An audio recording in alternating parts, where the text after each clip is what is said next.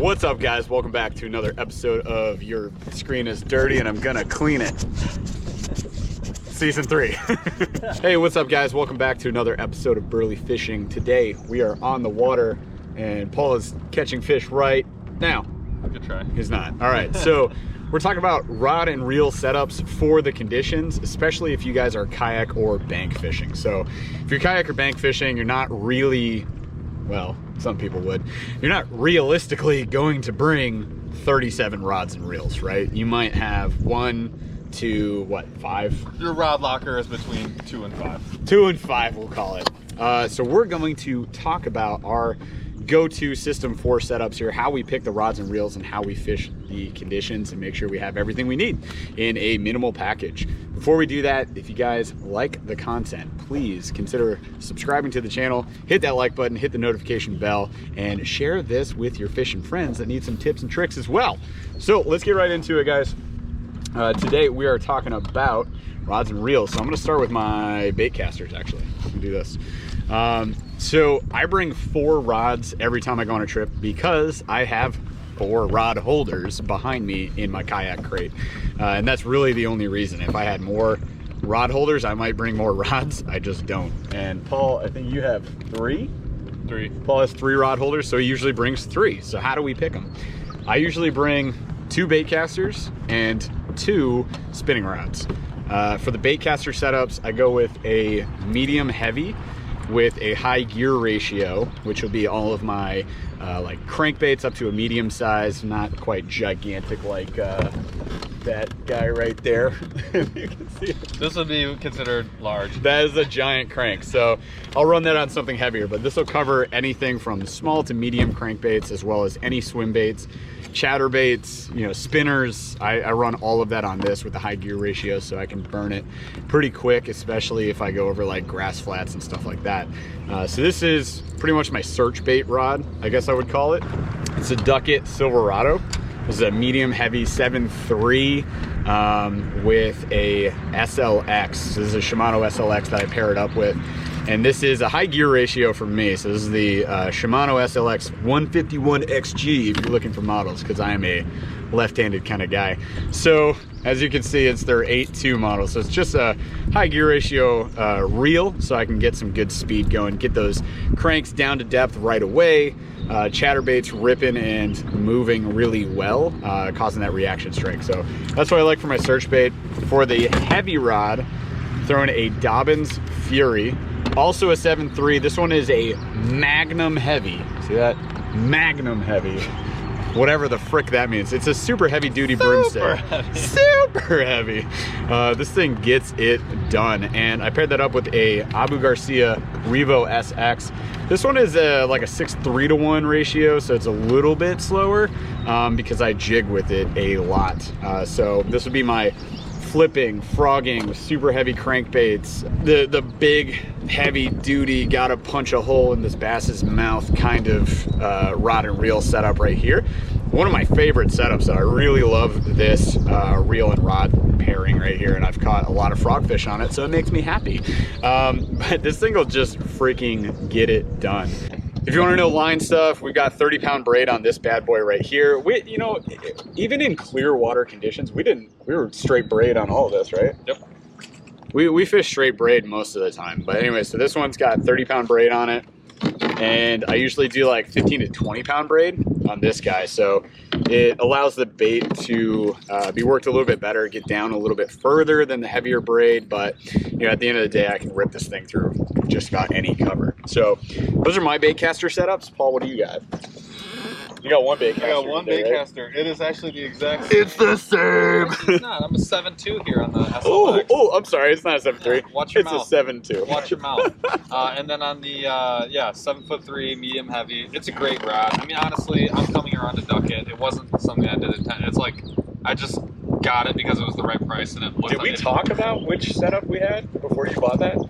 No. I don't think I told him that I had a Ducket Silverado paired with an SLX, and he just like bought this setup, shows up one day, says, hey, check out the new rod and reel, and I was like, bro! But I will say it is a legit sub, and for the money, it's super, super high value. But Yeah, I use it for the same exact purpose. Medium-sized cranks. You can go a little heavier because it actually is a pretty stiff rod, but it's also pretty sensitive. It's got a really good sensitivity. If you look at the reel seat, here's what I like about it. Yep. You get the stiffest part of the rod. You're getting like all that sensitivity because your fingers are touching that open part of the blank. Yep. Super sensitive for how stiff it really is. Like the range of baits you can throw is a little higher than you can with other rods because it's got a little extra sensitivity and it's got a really stiff butt. So yeah, it does the job. For the money, hard to beat. Hard to beat. So those are our bait caster setups, and again, the reason that we do those is we can cover just about any lure that we have between those two rods. So like if I was bank fishing and I was only bringing bait casters, I'd bring like these two rods I had right here. That way I can fish any situation, any cover, any spot in the water column, whatever. Like I'm pretty good to go. As for Finesse, which I highly recommend if you can, if you guys are bank fishing and you only can take two rods, take one spinning setup for Finesse and one bait casting setup to cover water. Sort of your search bait options. For our Finesse setups, we got 4 different rods here we're going to show you guys. But for me, the 2 spinning rods that I bring are going to be one, this Ducket Silver Rod Bro, as I like to call it. This is a 7-foot medium action. This is my Ned rigging setup, really. Ned rig, shaky head, like wacky rig even. I'm going to throw those on this all day long. Paired that up with a Shimano Sahara. It's lightweight, it's smooth, I love it. And yeah, like I said, this is just that for Finesse. Ned rigs all day on this thing. It's just hypersensitive, easy to cast, get into any cover. It's still got enough backbone in it that I can, land a fish through heavy cover and pull them out and be okay, and not break off all the freaking time. And I line this with 10-pound braid, so a little lighter on the braid setup. Throw in a fluorocarbon leader if you have to, if you're on super clear conditions or the bass are really finicky. Something we could have considered today, but I just didn't feel like it. But something you could definitely do. So that's my hyper Finesse setup. The workhorse, as Paul's going to call it, so I'm going to use that term. The workhorse that I bring with me, this is a 6-gill creature rod. This is a 6'9", paired with a Fluger President, which is just a solid all-around, like pronounced Presidente, if you will. It'll do the work. It's got a good drag weight that I can handle. So this is like the 35X size. They do a little different size for the reels than you're used to, like the 1,000, 2,000, 3,000, 4,000 kind of deal. So this is a 35X. It's like a medium to larger end spinning reel. This one's paired up with 15-pound braid, and this creature rod being a medium heavy 6'9" is going to just do work. I have put this thing through the ringer. It's held up for a couple of years now for me and just does a great job. So all around, this would be the workhorse for me. This is what I'll throw, like medium to lighter weight jigs on. I have one on here right now. We got like a light jig on here right now, just a smaller size guy with a little rattle to it. But I'll throw that on it. You can throw lighter swim baits, stuff like that. Pretty much cover I don't know, a multitude of lures with that thing, which will get it done. But sometimes you just want a spinning rod in place of a bait caster. You can get into some different situations with that. But yeah, those are, I guess that's all 4 of mine, right? So what do you got for spin? You got 2 spinners on your day. Yeah, my spinners, so brand new, first day really using it. These are all fresh. St. Croix Bass X, medium heavy fast, 7'1". I like to be, just kayaking in general, I like to be between 7 and 7'6", like in that neighborhood.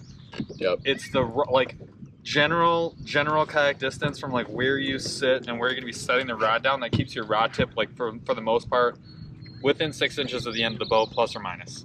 And that's actually kind of a big deal, especially if you're in a river. You want the rod to like fit inside your boat. So even with like a decent sized butt like that, when I set this down, it's right within the edge of the boat. So that's kind of a big deal. Jeff already kind of walked you through this. This covers a very wide variety of lures. You're kind of like medium-sized crankbaits all the way up to your like larger size, like flat-sided with like a freaking ball bearing inside of it, to like your medium-sized jig head. Like that'll take care of pretty much all of those. It's a workhorse. Yeah, with the Daiwa 3000, so it carries a ton of ton of line, no problem. And I honestly, for the money, man, it's kind of hard to, I don't know. That is a great value rod. Yep. But that's doing like the work for, like between these two rods, the medium heavies, they're doing 75% of the lures that I'm throwing. It's like the vast majority of what we're gonna cast, or especially if we're searching, we're gonna be throwing that a lot. And this is like Midwest, like bass, pike type fishing. Yeah. So I mean, but if we get into a situation where we're looking at finicky fish, the bite's just dead, and we're trying to figure them out, oftentimes we're gonna resort to like a shaky head, a Ned, weightless plastics, things like that.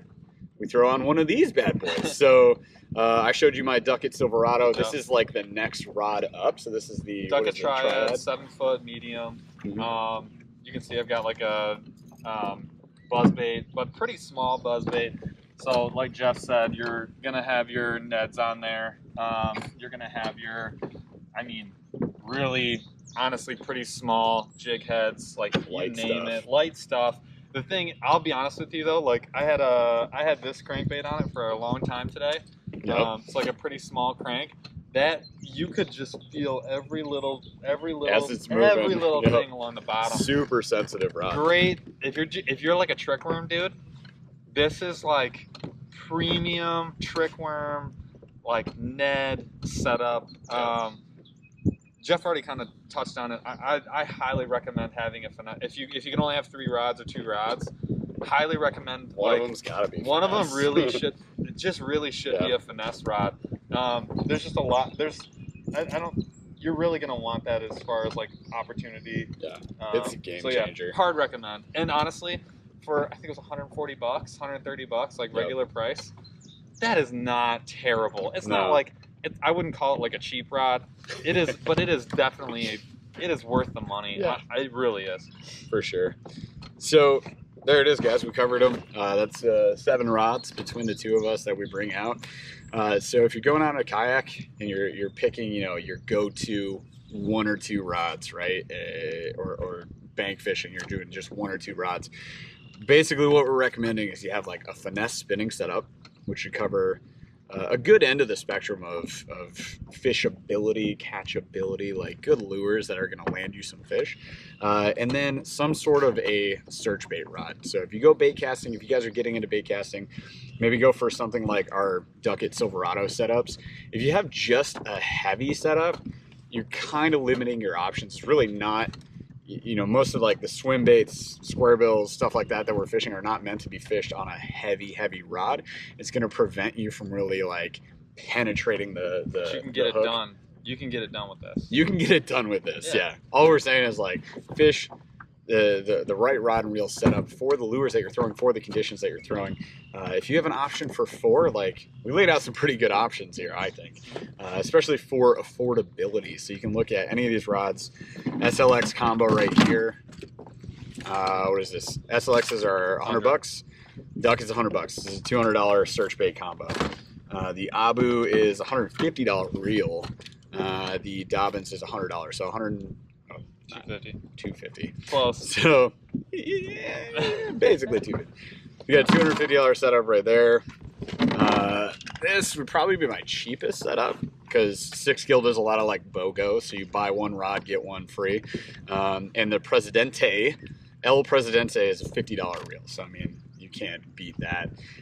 6 Gills, this is gonna run $50 if you get like the 2. So I mean that's a $100 setup, and it does freaking work. And the finesse setup, so this is an $80 reel, that Shimano Sahara, and then the Silverado is again $100. So you're looking at $180 right there. So yeah, I mean mid-range as far as like rod and reel go. Yeah. These are mostly mid-range. Yeah, a low range combo is going to be between like 50 if you're getting like the kind of like Walmart special, but like it'll. Not that there's anything wrong with that, but like that's your Absolutely. 50. That's your $50 to $75. Your mid range is anywhere like I think 100 to 200 for a full setup, and then like your max. I mean, it just goes up from there. But I think like 200 plus or 250 plus, I'd say is like your higher end. Yeah. So if you guys are looking for something in like the $100 to $200 range, like we pretty much covered our favorites, our choices. So yeah, let us know what you guys think. Hopefully this is a helpful video for you if you guys are trying to limit your options as far as rods and reels to take with you on the water. And to be successful, you want to cover those different ranges. But you don't necessarily have to do a super high-end or low-end setup. So hopefully this helps point you in the right direction, right? Let us know what you think in the comments below. And of course, if you guys like the content, be sure to subscribe, hit that like button, ring that notification bell so you see when we post more videos. And we'll see you guys on the water.